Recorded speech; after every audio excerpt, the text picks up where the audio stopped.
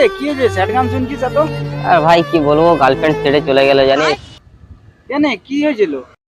পয়সা নেই আর ওই জন্য ছেড়ে চলে গেছে। আমারও এই অবস্থা জানিস। একটা মেকআপ বক্স কিনে দিইনি বলে 4 দিন আমার সাথে কথাই বলেনি। ওদের কথা আর বলিস না, আটা ময়দা মাখবে, ছেলে পোটাবে। ঠিক বলেছিস, এখন পয়সাই সব। কি করা যায় বলতো? এখন যাকে রাস্তায় দেখতে পাবো তারই সব মাল বার করে নেব। ঠিক বলেছিস, তাই করবো। Kinda cheater, little homies wanna be like on my knees in the night, saying prayers in the street light.